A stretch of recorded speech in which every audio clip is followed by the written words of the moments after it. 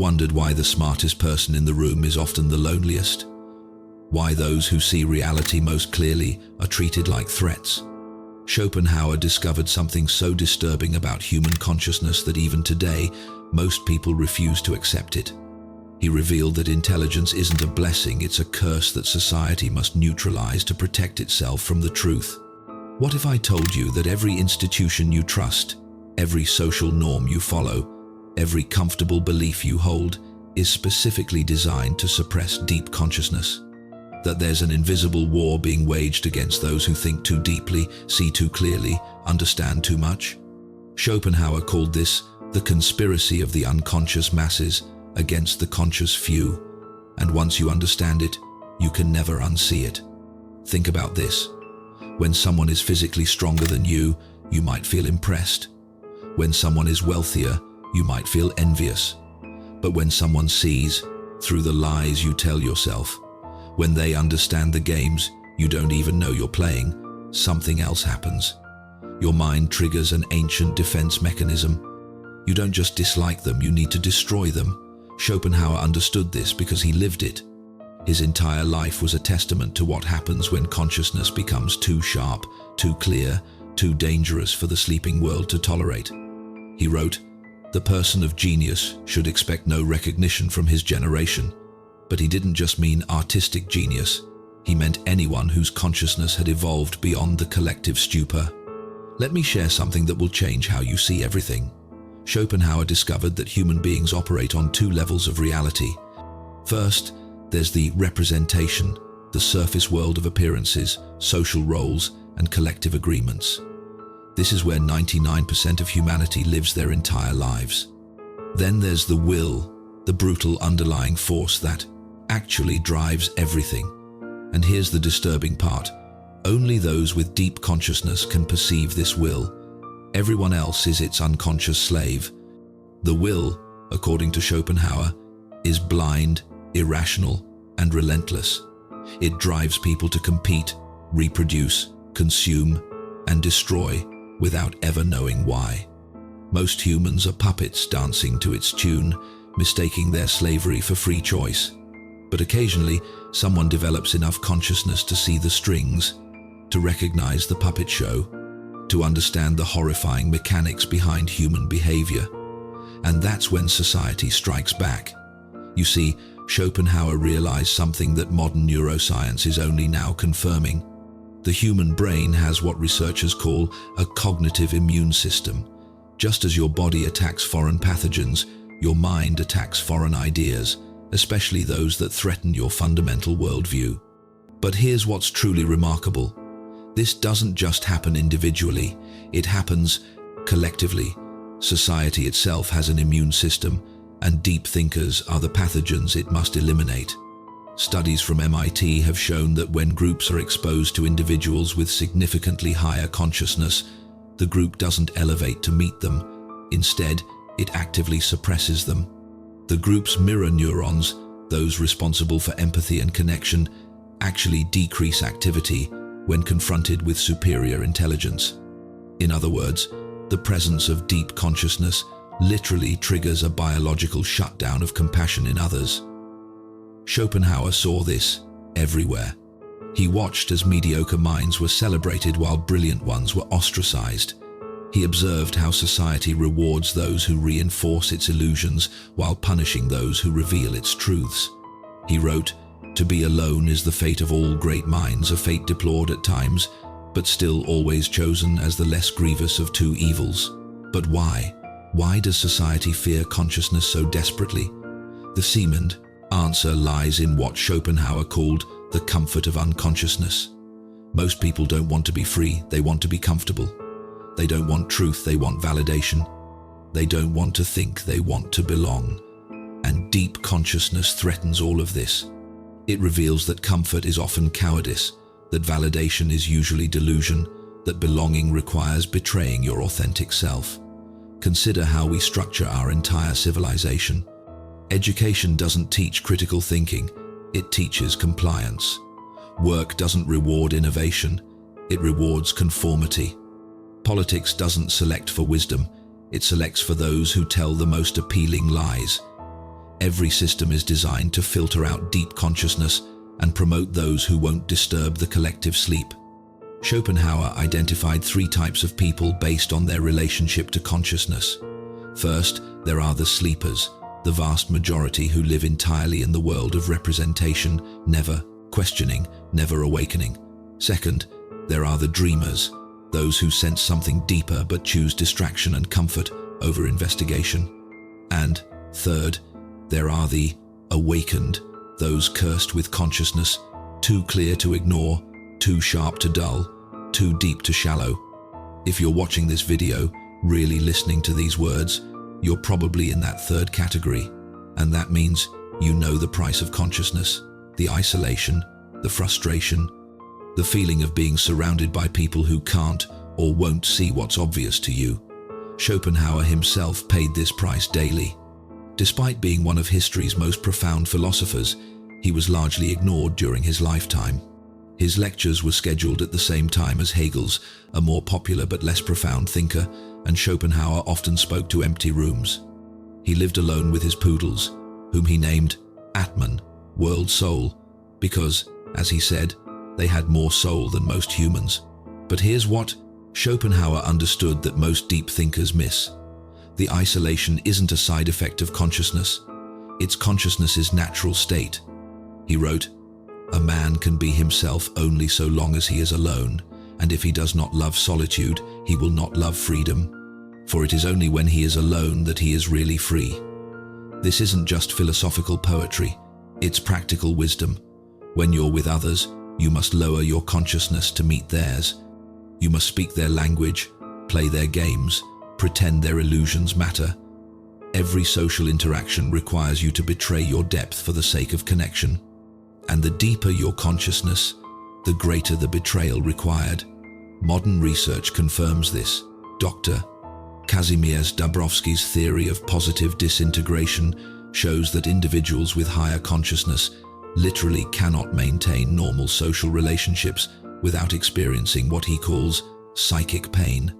Their nervous systems are too sensitive, their perception too acute, their understanding too comprehensive to engage in the unconscious social contracts that bind most people together. But Schopenhauer went even deeper. He discovered that intelligence doesn't just isolate you socially, it isolates you existentially. The more conscious you become, the more you realize that every human pursuit is ultimately meaningless. What he called the vanity of existence becomes undeniable. You see people chasing goals that lead nowhere, accumulating things that don't satisfy, building legacies that will crumble to dust. This is what Schopenhauer meant when he wrote, "The more unintelligent a man is, the less mysterious existence seems to him." Ignorance isn't just bliss, it's the foundation of meaning. Once you see too clearly, once you understand too deeply, the comfortable stories that give most people purpose dissolve like morning mist. And this is precisely why society must suppress deep consciousness. If everyone saw what Schopenhauer saw, civilization would collapse, not through revolution or violence, but through pure apathy. Why work if achievement is meaningless? Why strive if success is empty? Why participate if the whole game is absurd? Society needs its sleepers. It needs people who believe the myths, who chase the carrots, who fear the sticks. And it needs to neutralize anyone whose consciousness might wake them up. This isn't conspiracy, it's necessity. The unconsciousness of the masses isn't a flaw in the system, it is the system. But here's where Schopenhauer becomes truly radical.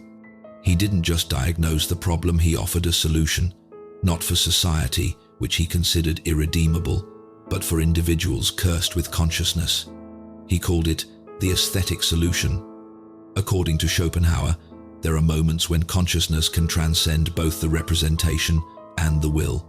These are moments of pure aesthetic experience, when you lose yourself in music, in art, in natural beauty. In these moments, the will stops driving, the ego dissolves, and consciousness experiences something beyond both suffering and striving. He wrote, "The aesthetic experience lifts us out of the endless stream of willing, desiring, and fearing. It's a temporary escape from both the prison of society and the prison of self. And for those with deep consciousness, these moments aren't just pleasant, they're essential for survival. This is why so many deep thinkers throughout history have been artists, musicians, writers, not because they wanted fame or recognition, but because creation offers refuge from the burden of consciousness. In the act of creation, intelligence finds its only peace. But even this solution is under attack in our modern world. Art has been commodified, music has been weaponized for consumption, beauty has been standardized and sold. The very refuges Schopenhauer identified for deep consciousness have been colonized by the forces of unconsciousness. Social media promises creativity but delivers conformity. Entertainment promises transcendence but provides only distraction. Even meditation and spirituality have been packaged into products, stripped of their power to actually awaken consciousness. If you're finding value in this deep dive into consciousness and society's resistance to it, make sure to subscribe to the channel. We're building a community of deep thinkers who refuse to accept comfortable lies, and your perspective matters in these discussions. Hit that subscribe button and the notification bell so you don't miss our explorations into the hidden truths of human existence. Now, let's go even deeper into Schopenhauer's most controversial insight, one that even today, most people can't accept. Schopenhauer believed that consciousness itself was an evolutionary mistake, that nature never intended for awareness to become this acute, this penetrating, this painful. Most animals live in a state of pure will, acting on instinct without the curse of reflection. But humans developed this hyperactive consciousness that sees too much, understands too much, suffers too much. He wrote, "Man has an excess of consciousness," which makes him ask why and what for, questions that lead nowhere but to pessimism and despair. This excess consciousness is what makes humans unique, but also what makes human existence uniquely unbearable for those who think deeply. Consider what consciousness actually shows you. You see that everyone you love will die, that everything you build will decay, that every moment of happiness is temporary, that suffering isn't an accident, it's the fundamental nature of existence. As Schopenhauer put it, life is suffering wasn't Buddha's discovery, it's the inevitable conclusion of any consciousness that sees clearly. But here's the twist that most people miss about Schopenhauer. He wasn't actually advocating for despair. He was advocating for liberation through understanding. Once you see through the illusions, once you understand the game, you can choose how to play or whether to play at all. This is what terrifies society about deep consciousness. It's not just that conscious individuals see through lies, it's that they might choose to stop participating in the collective delusion. And if enough people stop participating, the whole structure collapses. Think about what would happen if everyone suddenly understood what Schopenhauer understood. If everyone saw that career advancement is a hamster wheel, that social status is a mirage, that romantic love is biological manipulation, that patriotism is tribal insanity, that consumer culture is sophisticated slavery, the entire economy would freeze, social hierarchies would dissolve, the motivations that drive civilization would evaporate. This is why every institution, educational, religious, political, economic, has built-in mechanisms to prevent deep consciousness. It's not a conspiracy in the traditional sense. No one is sitting in a dark room plotting against thinkers. It's an emergent property of systems that can only survive if most people remain unconscious. Look at how we medicate consciousness. The moment someone shows signs of seeing too clearly, depression from recognizing life's meaninglessness, anxiety from perceiving real threats others ignore, inability to find satisfaction in empty pursuits, we diagnose it as mental illness. We prescribe drugs to dull their perception, therapy to help them adjust, interventions to make them functional in a dysfunctional system. Schopenhauer saw this coming.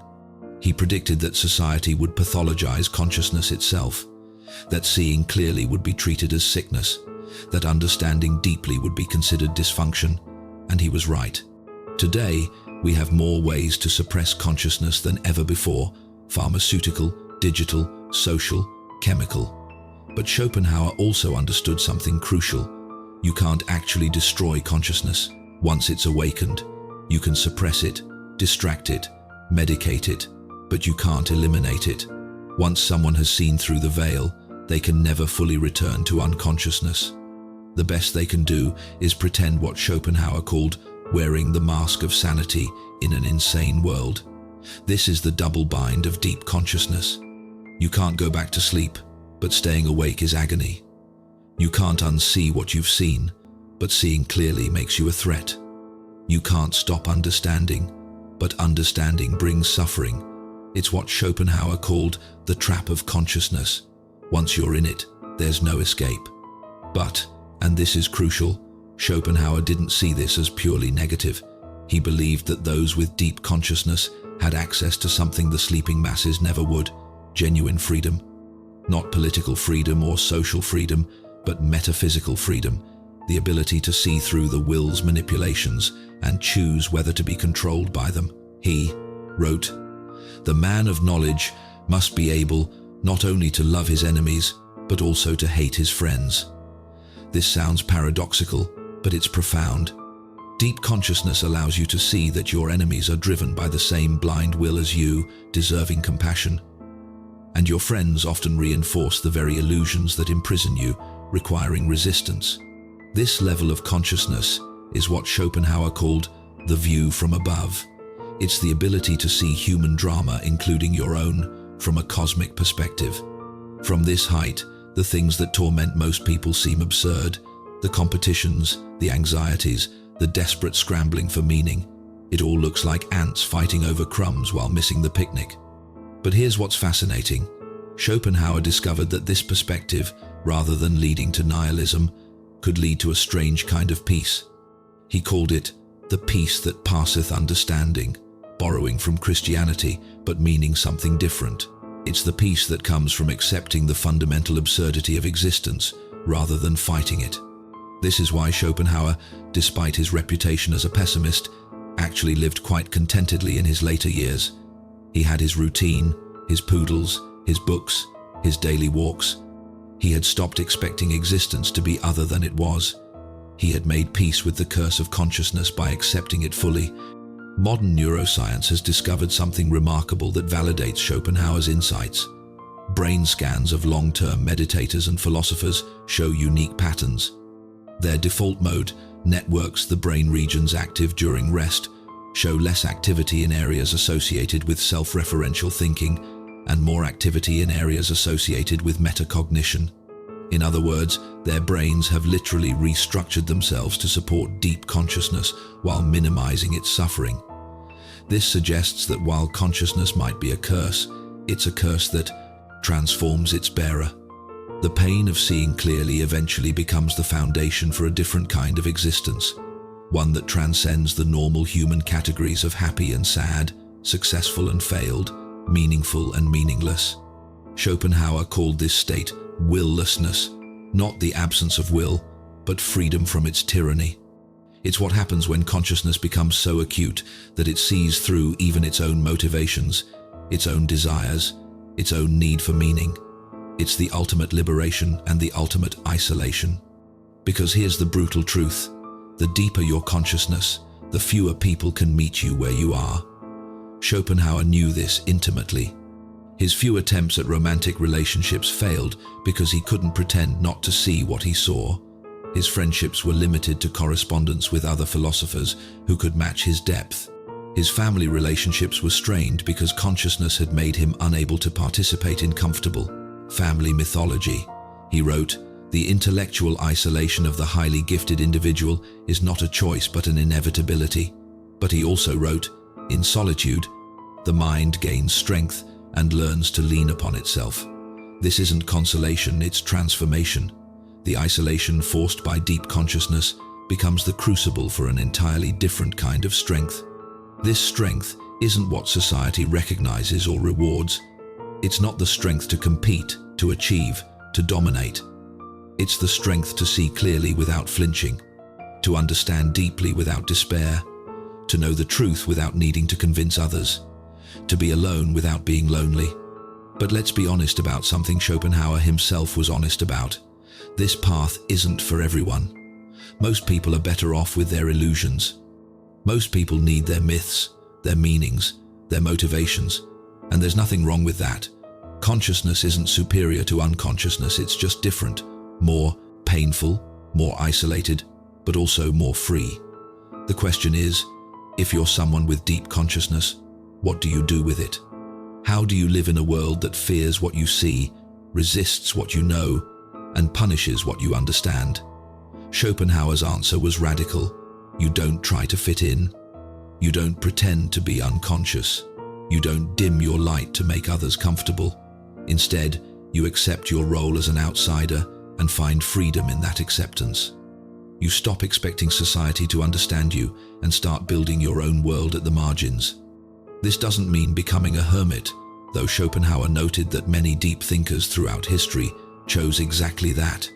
It means creating your own ecosystem of meaning, finding the few others who can match your depth, engaging with the great minds of history through their works, building a life that honors your consciousness rather than betraying it. If these insights are resonating with you, if you're recognizing your own experience in Schopenhauer's philosophy, then you're exactly who this channel is for. Subscribe now and join a growing community of people who refuse to sacrifice depth for acceptance. We explore the ideas that most channels won't touch, the truths that make people uncomfortable, the philosophy that actually changes how you see everything. Schopenhauer also understood something about the future that's remarkably prescient. He predicted that as society became more complex, more technological, more interconnected, the pressure against deep consciousness would intensify. He foresaw a world where distraction would become industrial, where superficiality would become mandatory, where the very architecture of society would be designed to prevent deep thought. Look around. Was he wrong? We live in a world of infinite distraction, where silence has become suspicious, where being alone with your thoughts is treated as a mental health crisis. We've created a civilization that runs on the routine, suppression of consciousness, and it's more efficient at that suppression than anything Schopenhauer could have imagined. But he also predicted something else, that this suppression would eventually fail, not because society would embrace consciousness, but because consciousness is ultimately stronger than any system designed to suppress it. He wrote, "Truth can wait, for it lives a long life." The truths that deep consciousness reveals might be rejected for generations, but they can't be destroyed. This is already happening. Despite all the mechanisms of suppression, more people are awakening to deep consciousness than ever before. Not because it's become easier, it's actually become harder, but because the traditional sources of meaning have become so obviously empty that consciousness is the only alternative to despair. The corporate career that was supposed to provide purpose reveals itself as meaningless labor. The consumer lifestyle that promised satisfaction delivers only addiction. The social media that offered connection creates only isolation. The entertainment that promised escape becomes its own prison. More and more people are discovering what Schopenhauer knew. When the conventional paths to meaning fail, consciousness becomes the only path left. But here's the warning Schopenhauer would give to newly awakened minds. Consciousness isn't a solution. It's not a cure. It's not a path to happiness in any conventional sense. It's simply seeing clearly. And what you see might not comfort you. In fact, it probably won't.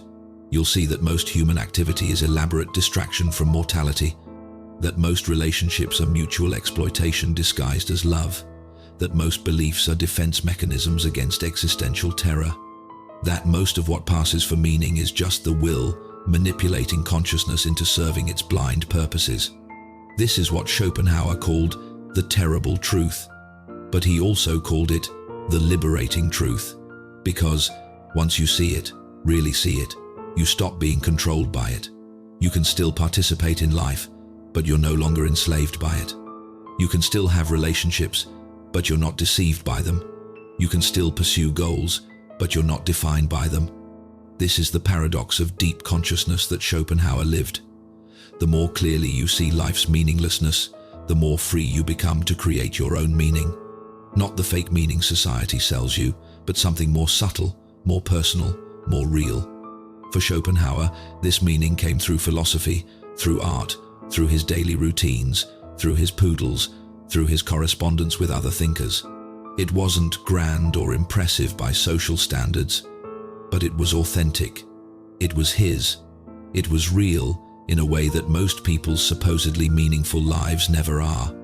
And this is perhaps his greatest gift to those of us cursed with deep consciousness, the recognition that we don't need society's validation. We don't need to be understood. We don't need to fit in. We need only to be true to what we see, to honor our consciousness, to live with integrity, especially if that integrity isolates us. Because here's the final secret Schopenhauer discovered: isolation isn't the opposite of connection. When you're isolated from society's unconsciousness, you become connected to something else. Call it truth, call it reality, call it the cosmic perspective, whatever you call it. It's more real than the connections most people settle for. Most people connect through shared illusions. They bond over mutual unconsciousness. They relate through common delusions. But when you have deep consciousness, you can't participate in these false connections. You're forced to find something deeper connection through truth, through authenticity, through genuine understanding. These connections are rare. You might go years without finding someone who can meet you at your depth. But when you do, it's worth all the isolation that came before, because it's real in a way that unconscious connections can never be. Schopenhauer found these connections not just with living people, but with minds across history. He conversed with Plato, with Buddha, with the Upanishads. He found his tribe not in his physical surroundings, but in the realm of ideas. And this is still possible today. The great minds of history are still accessible through their works, still capable of providing the deep connection that conscious minds crave. But even beyond human connection, Schopenhauer found something else. He found what he called cosmic consciousness, the recognition that individual consciousness is just a temporary manifestation of something larger, that the separation between self and world, subject and object, is itself an illusion created by the limitations of human perception. In his deepest moments of aesthetic experience, in his most profound philosophical insights, Schopenhauer touched something beyond individual consciousness. He glimpsed what Eastern philosophy calls the eternal now, the timeless awareness that exists beyond the personal ego and its sufferings. This isn't mysticism, or at least not only mysticism. Modern physics suggests something similar. Consciousness might not be produced by the brain, but channeled through it. The sense of separation might be the illusion, not the connection. The individual suffering of consciousness might be the price of participating in something much larger than ourselves. Schopenhauer couldn't prove this, and neither can we. But for those with deep consciousness, it offers something crucial: the possibility that our isolation isn't meaningless, that our suffering serves a purpose we can't fully understand, that consciousness itself, despite its curse, might be the universe's way of knowing itself. This doesn't make the path of consciousness easier. It doesn't eliminate the isolation, the frustration, the burden of seeing clearly in a world that prefers blindness. But it does transform these challenges from meaningless suffering into something more like a calling, a responsibility, a strange kind of honor.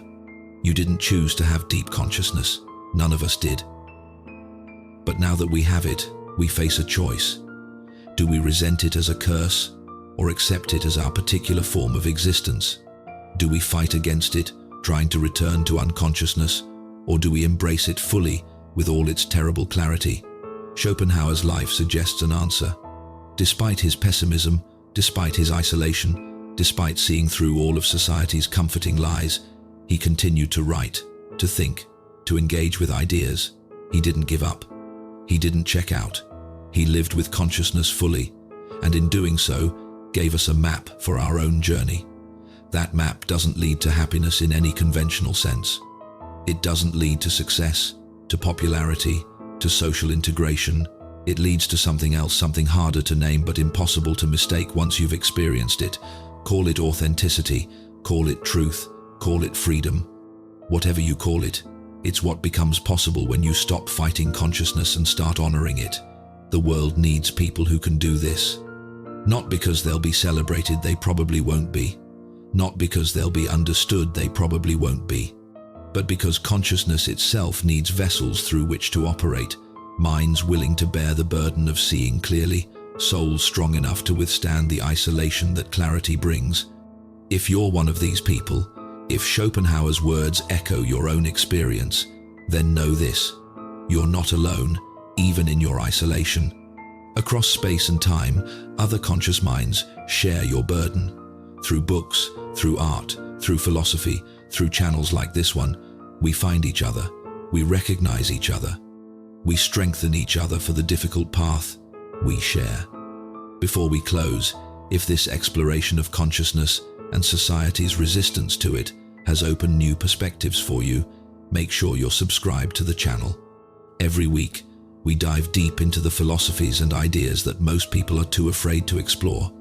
Your subscription helps us build a community of fearless thinkers who refuse to accept comfortable lies. Hit subscribe, click the bell, and let's continue this journey together. Schopenhauer died in 1860, sitting in his chair, having just finished breakfast. His last words were reported to be about opening the window he wanted fresh air. It's a fitting end for someone who spent his life trying to bring fresh air into the stifling atmosphere of human unconsciousness.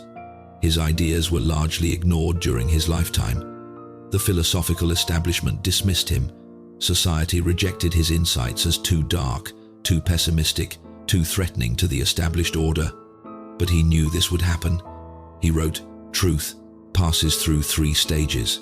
First, it is ridiculed. Second, it is violently opposed. Third, it is accepted as self-evident." Today, many of Schopenhauer's insights are indeed becoming self-evident. Neuroscience confirms his understanding of consciousness. Psychology validates his observations about human behavior. Even popular culture increasingly recognizes the truths he articulated about the meaninglessness of conventional pursuits, the illusion of the self, the burden of awareness. But society still resists the full implications of his philosophy. We still medicate consciousness rather than honoring it. We still distract ourselves rather than facing truth. We still persecute those who see too clearly, think too deeply, understand too much. The war against consciousness continues, just with more sophisticated weapons. Yet consciousness persists. It can't be destroyed, only temporarily suppressed. And in every generation, some individuals find themselves blessed and cursed with its clarity. They see what others can't or won't see. They understand what others can't or won't understand. They bear the burden that others can't or won't bear. If you're one of these individuals, Schopenhauer's message to you is clear. Don't apologize for your consciousness. Don't dim your light to make others comfortable. Don't pretend not to see what you see. The world might resist your clarity, but the world needs it. Humanity might reject your insights, but humanity requires them. Your isolation isn't a failure, it's a feature of consciousness itself. Your suffering isn't meaningless, it's the price of seeing clearly. Your understanding isn't a curse, it's a responsibility. You are consciousness, knowing itself through a human form, and that knowing, however painful, is sacred. Schopenhauer showed us that we can live with this burden, not easily, not happily in conventional terms, but authentically. We can create lives that honor our consciousness rather than betraying it. We can find meaning not in society's illusions, but in truth itself. We can connect, not through shared unconsciousness, but through genuine understanding. This path isn't for everyone. Most people are better off with their comfortable illusions.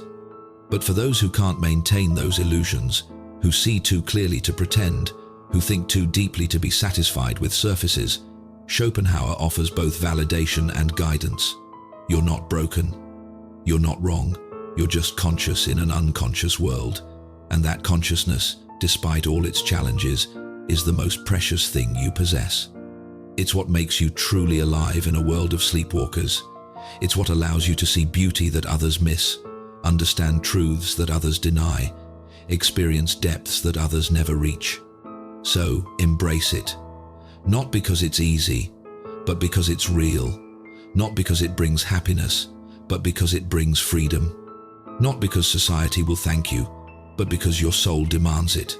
The conspiracy of unconsciousness will continue. Society will keep trying to suppress deep thought, authentic insight, genuine understanding. But consciousness is stronger than suppression. Truth is more persistent than lies, and those who see clearly, however few, however isolated, are the ones who push humanity forward, even if humanity resists every step. Schopenhauer knew this. He wrote for us, the future readers who would understand what his contemporaries couldn't. He lit a lamp that still burns today, guiding those who find themselves walking the difficult path of consciousness. That path leads not to conventional success, but to something far more valuable. The knowledge that you lived with integrity, that you honored your consciousness, that you didn't sacrifice your depth for acceptance. It's a path that few choose and few are complete. But for those who do, it offers the only real freedom available in this strange existence. The freedom of seeing clearly, understanding deeply, and living truthfully. The world will always fear this kind of consciousness.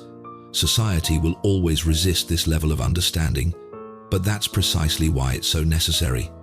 In a world of unconsciousness, those who see clearly aren't just thinkers, they're guardians of truth itself. And that, perhaps, is the ultimate message Schopenhauer left us. Consciousness might be a burden, but it's a sacred burden. It might bring isolation, but it's meaningful isolation. It might cause suffering, but it's suffering with purpose. For those who bear this burden, who accept this isolation, who embrace this suffering, Schopenhauer offers not comfort but something better, recognition. He sees you, he understands you, and through his words, across centuries, he stands with you in the difficult glory of consciousness. The question now is not whether you have deep consciousness. If you've made it this far, you already know the answer. The question is what you'll do with it. Will you hide it, suppress it, apologize for it, or will you honor it, develop it, live it fully? Schopenhauer's life suggests the answer. Despite everything, the isolation, the rejection, the burden of seeing too clearly, he chose consciousness. He chose truth over comfort, depth over acceptance, authenticity over belonging. And in doing so, he showed us that it's possible to live with deep consciousness in an unconscious world. Not easily, not comfortably, but genuinely. And in the end, that's all that matters.